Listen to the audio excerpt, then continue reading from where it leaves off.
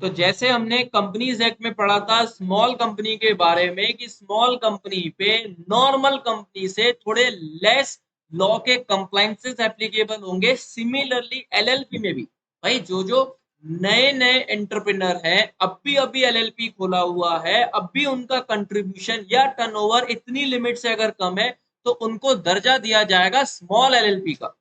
तो small LLP क्या चीज है? स्मॉल एलएलपी जिसमें पार्टनर्स का कंट्रीब्यूशन 25 लाख या उससे कम हो। ये 25 लाख की लिमिट बढ़ाकर आगे 5 करोड़ भी की जा सकती है, पर तुमको तुम्हारे एग्जाम के लिए कितनी लिमिट याद रखनी है? 25 लाख रुपए, 25 लैक्स, या फिर जिनका turnover as per latest statement of accounts and solvency for preceding financial, मतलब जो जस्ट अभी अभी फाइनेंशियल ईयर निकला है, जैसे आज अगर अक्टूबर 23 चल रहा है तो मेरा प्रीसीडिंग फाइनेंशियल ईयर कब एंड हुआ होगा? 31 मार्च 23। तो 31 मार्च 23 को जो मैंने एक स्टेटमेंट फाइल करी है मेरे अकाउंट्स एंड सॉल्वेंसी की, तो उसमें मेरा टर्नओवर बोले तो सेल्स, जो मैं सर्विस दे रहा हूँ, जो मैं गुड्स बेच रहा हूँ, अगर वो 40 लाख या 40 लाख से कम है, तो याद रखना अगर आपका कंट्रीब्यूशन भी 25 लाख से कम है, टर्नओवर भी आपका 40 लाख से कम है, तो आप क्या कहलाए जाएंगे? Small LLP. ये 40 लैक्स की लिमिट भी आगे चल के बढ़ाकर 50 करोड़ तक सीजी अगर चाहे, सेंट्रल गवर्नमेंट अगर चाहे तो कर सकती है, पर तुमको तुम्हारे एग्जाम की लिमिट क्या याद रखनी है?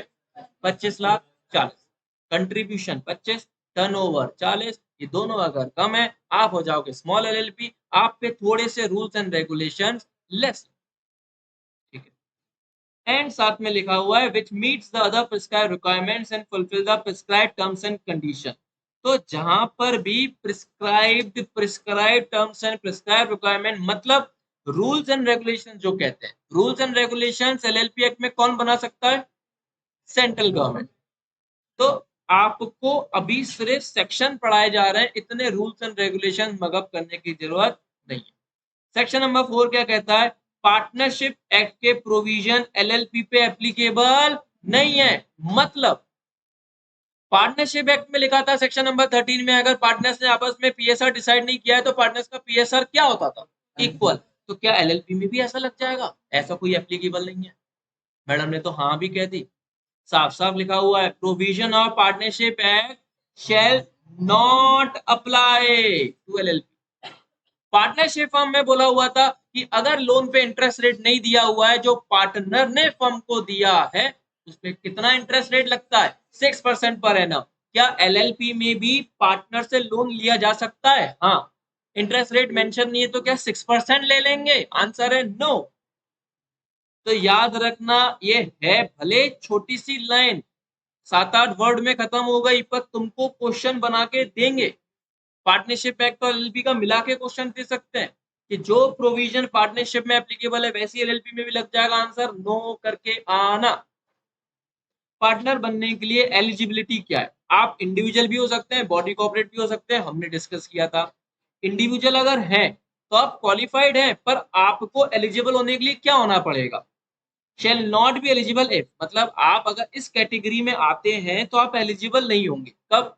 अगर आप पागल हैं, अनसाउंड माइंड, अगर आप अनडिस्चार्ज इंसॉल्वेंट है, अभी तक आप इंसॉल्वेंट ही हैं, या फिर आपकी एप्लीकेशन अभी पेंडिंग है पर फिर भी आप इंसॉल्वेंट के कगार में आ चुके हैं, मतलब आप अभी भी कोर्ट के थ्रू, बैंक के थ्रू सॉल्वेंट डिक्लेयर नहीं है तो तब तक आप क्या कैटेगरी में रहेंगे? इंसॉल्वेंट।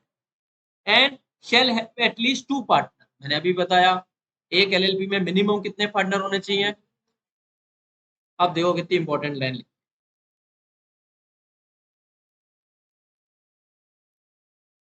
अगर एलएलपी में आपके ये बिलो 2 से लिमिट कम हो जाती है और फिर भी एलएलपी बिजनेस कंटिन्यू रखती है 6 महीने, 6 महीने से ज्यादा, तो जो सिंगल पार्टनर है क्या वो अब से सब पर्सनल लायबल हो जाएगा? हाँ।